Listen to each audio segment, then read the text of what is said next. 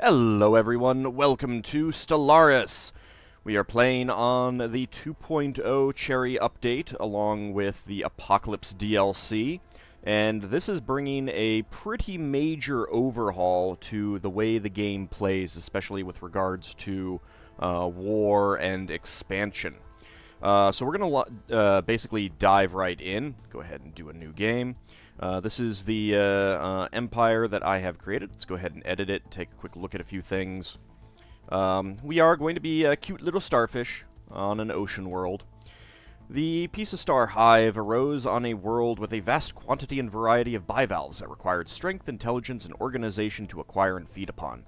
As the centuries passed, they developed a hierarchical biology to increase their efficiency further and further. When they eventually evolved the ability to survive above the surface, they discovered they could feed on all the terrestrial life there. With the discovery of spaceflight, the Hive Mother began salivating at the thought of all the other juicy edibles to encounter. So we are intelligent, industrious, and strong, but we are non-adaptive and wasteful. You know, because we originally came from underwater, and now we're living above the water, and it just means that you know, things that are not very, very wet are not going to be all that good for us. There's quite a... There really actually isn't that much new stuff here. There is a new name list. Humans, SPQR. So, Roman-esque names. For those who want that sort of thing. And under government and ethics, if we weren't a Gestalt consciousness, I could show you a couple new ones, and one of them being life-seeded, meaning that you start on a Gaia world, and post-apocalyptic, meaning you start on a tomb world. So those are two really interesting things that you could do to start out. But that's not what we're doing. You can't do that with either hive mind or machine intelligence, I believe. I haven't checked machine intelligence, but I kind of assume that. Alright, so that's what we're going with. I'm just gonna, you know, kind of jump right in now. Yeah, it's fine. I didn't make any changes. Okay, let me reset to default. I'm going to go for a little bit of a smaller galaxy, because I kind of want to... I don't know that I'll get to that, but I kind of want to eat everything. So we're gonna see what we can get. I'm going to randomize the number of AI empires. I'm going to take the advanced AI starts all the way down. Let's have a 4-arm spiral galaxy. Medium is fine. 2 fallen empires. Let's actually bump that up to 3. Marauder empires. Let's randomize that. You could set the tech tradition cost from 1 times to 5. 0.25 to 5 times. I'm going to set it to 1 time. Habitable worlds. I'm going to bump this up to 2. Primitive civilizations. I want to eat everything, so that goes up to 5. Crisis strength. I'm actually going to bump that down to 0.75 because I don't really want to deal with the crisis, to be honest. I don't want to... I've done a bunch of the crisis events, and at this point I'm not all that interested in them again. I don't think they've changed a whole lot, so I'm going to bump up the endgame start year to a lot later, and the mid-game start year to a lot later. This is mostly a fun playthrough where I try to eat everything, so that's the goal here. Hyperlane density, you can set it to 0.5 up to 5 times. I think there might be a 0.25 option if you're on the largest size. But I found that if you set it all the way down, number one, it does make a lot of choke points, but that also means that any Leviathan entity is basically going to create a, early to mid-game choke point that you're not going to be able to overcome. So... and if you set it up to 5 times, basically every star has like 6 to 9 connections, and it just looks like a wireframe. It's kind of amusing. I'll leave it at 1 time. Abandoned gateways. Let's actually pump this up to 2, and wormhole pairs. Let's pump that up to 2 as well, because those are both new mechanics, and I kind of want to see how they play and have fun with them. So for those not aware, they eliminated the 3 different FTL choices at the beginning. Now you're locked into Hyperlane. But you can find these gateways and these wormhole pairs that will instantly take you to one of the other, its pair. Or at least the wormholes do. The gateways may actually take you to any of the others. I'm not sure. But you also have to, actually do something to be able to use it. Jump tech is still in the game, sort of, in that it allows you to, when you get it, it's like putting your troops on a train and taking it from one side of your country to the other. Like if you needed soldiers to get from the east coast of the United States to the west coast, you'd put them on a train, mostly, with all their equipment and everything like that, just to get them there fast. I guess you might do planes, but generally, if you're also moving the equipment and stuff like that. So it's just a mass transit system sort of thing. You can't actually use it to jump into an enemy system and attack. You get to your destination, and then you go back to hyperspace. So let's go ahead and play.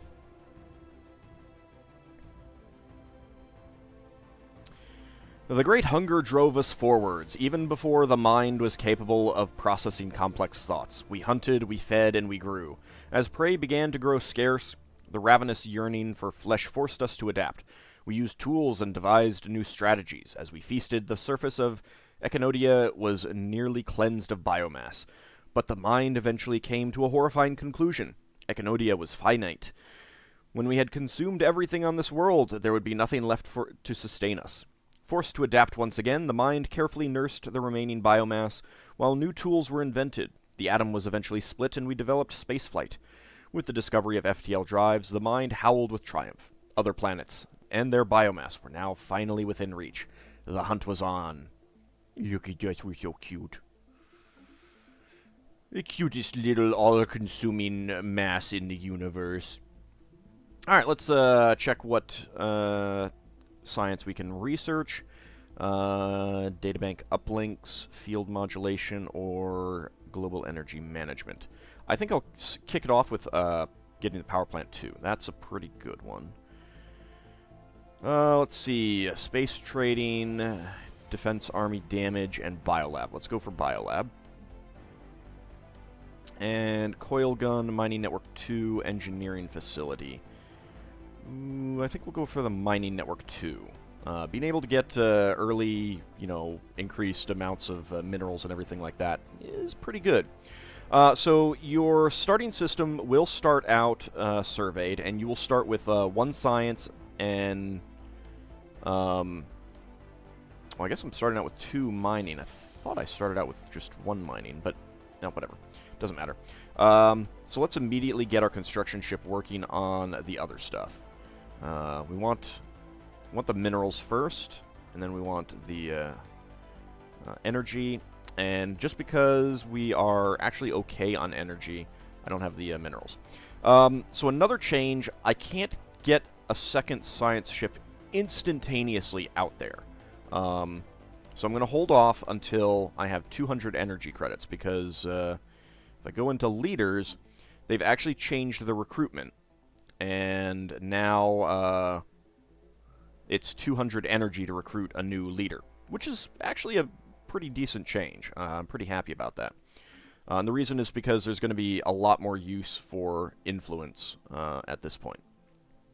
Alright, let's go ahead and start renaming some scientists.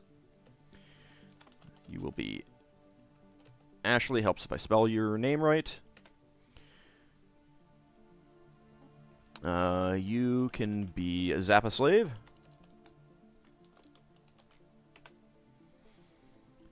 And you can be Asher. And you can be Kijikun. Okay. As soon as I get another one, Eagle Claw, you will be showing up. And anyone else who wants a scientist, you can just let me know in the comments. Okay, so we have an advantage and a disadvantage here with our location. We are all the way on the outer rim and at basically a terminal end of hyperlanes.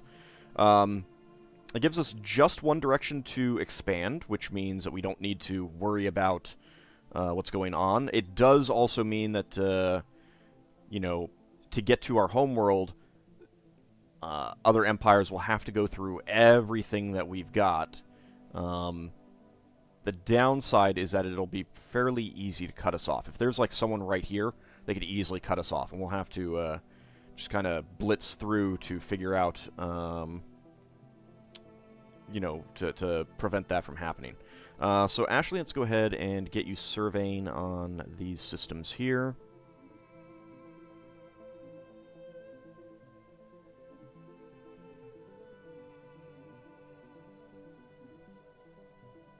Hopefully we'll get automated exploration pretty quick. Let's go out there and get that one and pop up here. Alright, so not too bad. I'm actually kind of liking the start position here. So let's go ahead and unpause. We'll be taking a look at the new stuff as we go. We do have a new fleet manager, which is pretty cool. Again, we'll be taking a look at that, you know, as we get through stuff. You can no longer move your, so you can't scout with your military vessels anymore. We need a fully crewed science ship to explore a system we have no intel on. So you cannot send your military fleet into systems that you have not been to. You could just take a science ship and just send them through everything and not actually scan it, and then you'd be able to do that, but there really isn't that much point at the moment. And we will probably want a second construction ship a lot sooner than we might have otherwise wanted. As is traditional, our construction ship will be named Robin. Our first science ship will be called System survey complete. The Cave Carrot.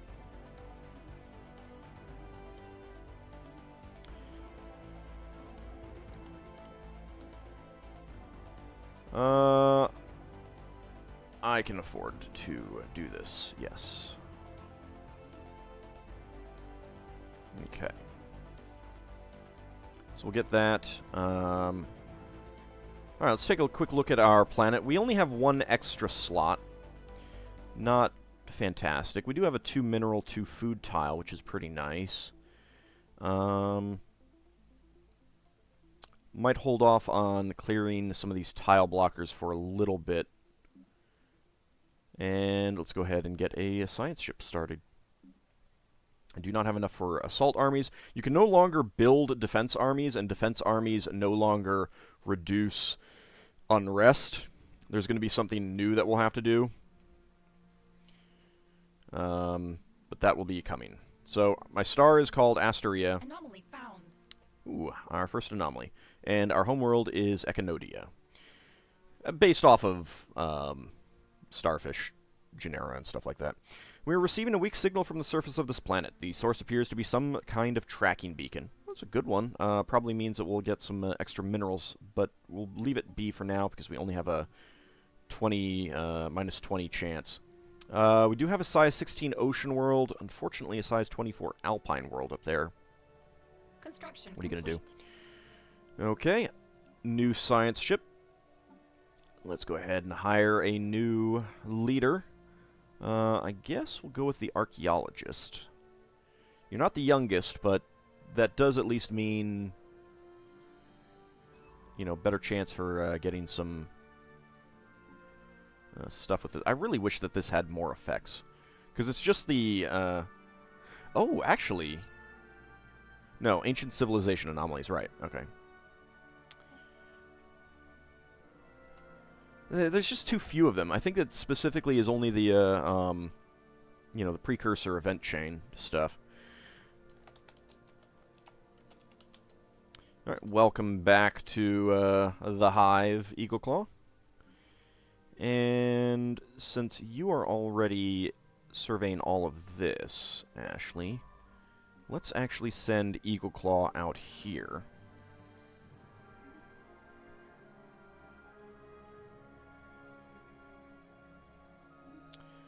Oh, okay. Well, we know already that there is a natural wormhole in this system.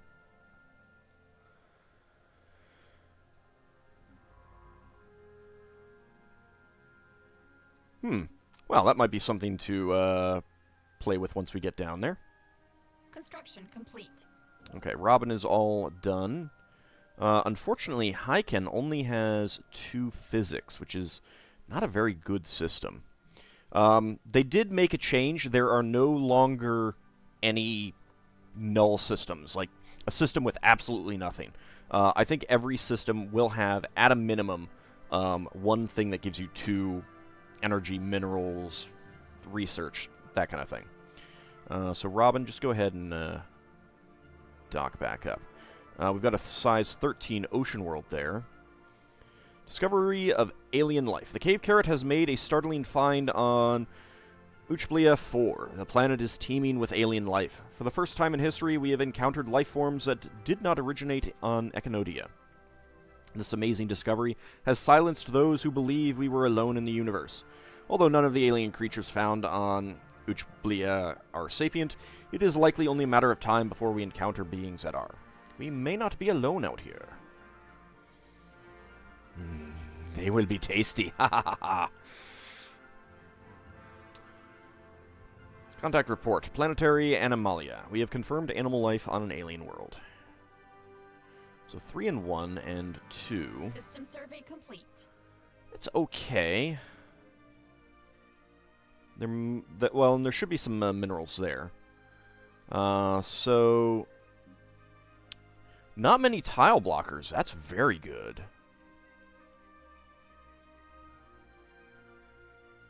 Might want to get working on that one colonized pretty quick. Let's find out what we've got down here first. Also, let's see what this world has. 2 Betharian stone. I'm going to want to figure out how to colonize this pretty quick. We only have a 10% habitability rating, though. So we'll have to pay attention to the text to increase that.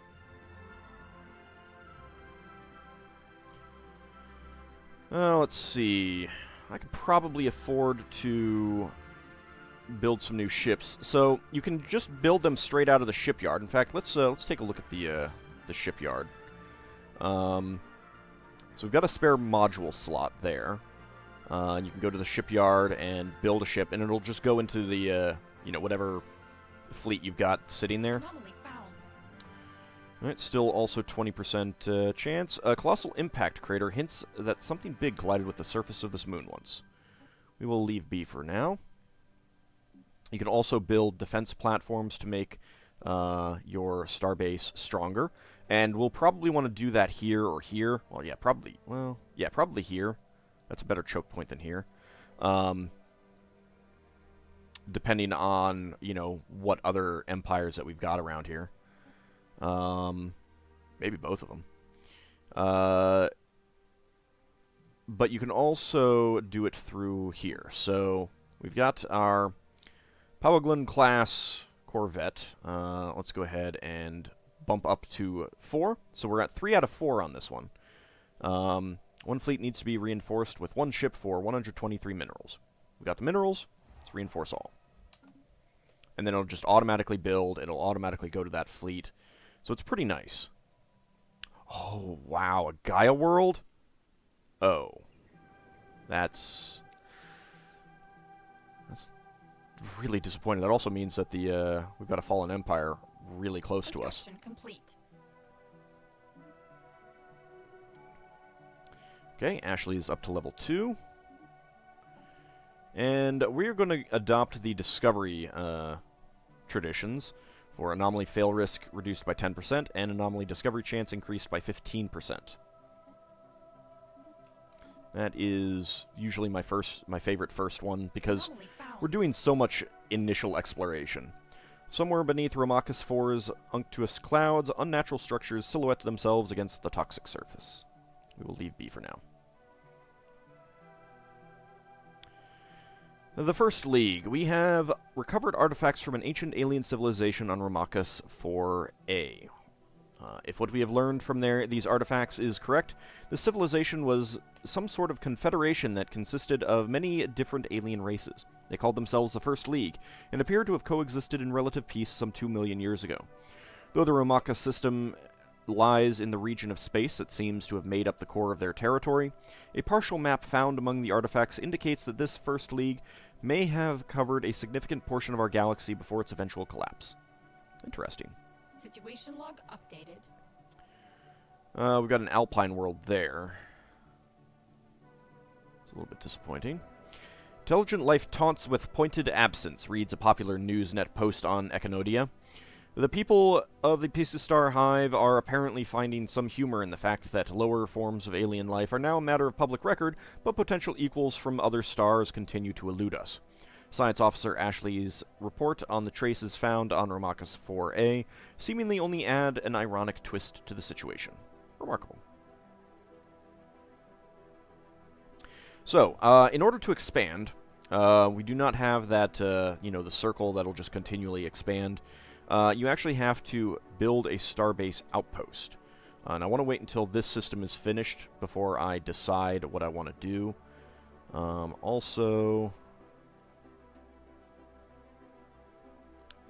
Yeah, I'm going to go research. Okay, so it's not a great system. We don't know what this is going to give us yet. Well, I mean, if I remembered, I would, but doesn't matter. I mean, we can't get access to it for a while anyway. And I kind of feel like the game moves a little bit slower. Oh, crap. Now, I'm not sure if it's the game slowdown, or if it's just like they've bumped down movement speed and stuff like that. And Eagle Claw, let's hope that you can retreat before you die. Retreat, please. Yes, you have. That is not good, though. So we are blocked off. Asteroid collision. A large mineral-rich asteroid collided with Romachus 5A at some point during the previous 1,000 years in what must have been a major impact event. An abundance of minerals can now be found on the moon in the vicinity of the impact crater. A fortuitous event. And let's go ahead and get this one researched first. Okay. So go ahead and head home and repair. Alright, so it looks like we're going to need to spend a lot of our early minerals on bumping up our fleet strength. Let's go ahead and reinforce, get 2 more in there. Because we need to destroy this to get out. And we need to get out as quickly as we can.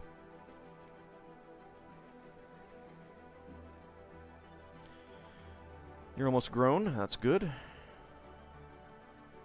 I'll probably leave this tile as is for now, because that's pretty good. 2 minerals and 2 food. I like that, and I think we'll clear this up. Really do need to get more food, though. Ancient Survey Marker. A small short-range transmitter has been located on the surface of Uchblia 1. It appears to be of an ancient... It appears to be an ancient survey marker placed here eons ago to mark a large deposit of precious metals. The miners it was meant for evidently never arrived, as the deposit is still here. Fascinating. Okay, so... yeah, that has 352, 332, so we'll definitely want to go up here first. This ocean world... it's not bad, but there's not a whole lot that we can make early use of.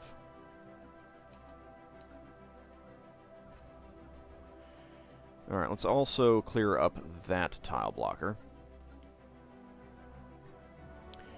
Alright, Robin. we want to go ahead and build a starbase here, and then build a starbase here.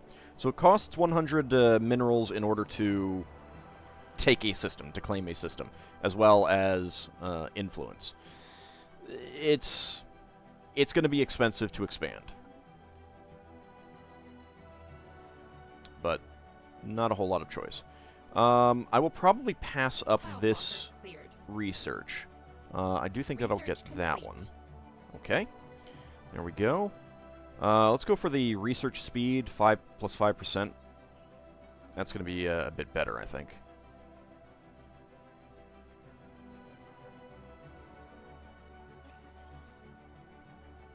Need 40 minerals for this one.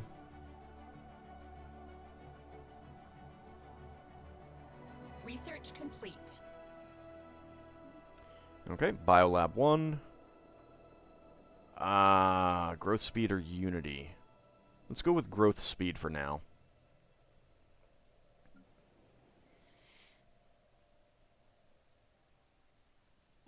There we go. And I'm actually not going to get this turned into a biolab. Let's go move you up here. System survey complete. Get that food first. Okay, we got that. You are done. Let's actually go survey out this way.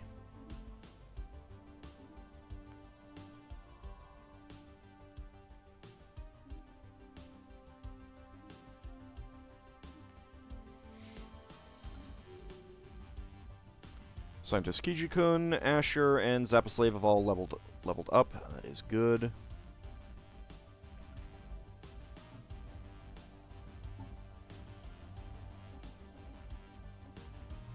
Alright, so we've got naval capacity of 26, but our fleet capacity is only 20 right now. So let's just get that up to 20, and we'll just wait until we have a bunch of minerals and do a reinforce all and see how much we can get out of that. Construction complete. Okay. Now here, definitely want to get this 4 minerals. Can't afford that.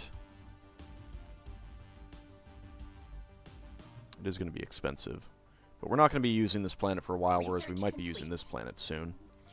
Mining Network 2. That's good. Let's get better armor. Haspalv civilization encountered. We have detected the presence of a primitive alien civilization on Fashaw in the Alplade system. They currently seem to be experiencing the equivalent of a renaissance, having recently left the medieval age behind them. Scientific knowledge is spreading rapidly, and the armies of their petty kingdoms are equipped with crude gunpowder-based projectile weapons. We should consider building an observation post above their world to study them more closely. Interesting. Alright, so they're tundras. They are also delicious chicken. Delicious, delicious chicken. But we're not going to be doing anything with that world for a little while, since we only have 10% habitability there. Construction complete. Okay, let's also get our mining networks upgraded. Construction complete. One more month. 1.1 minerals away. There we go.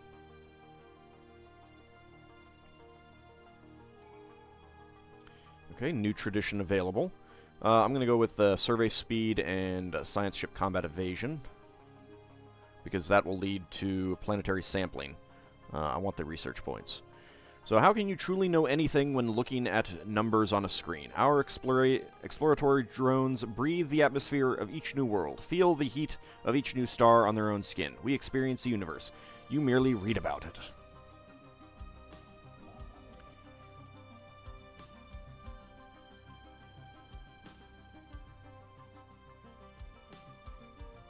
Alright, it's going to take 2 months, no, 3 months to get that.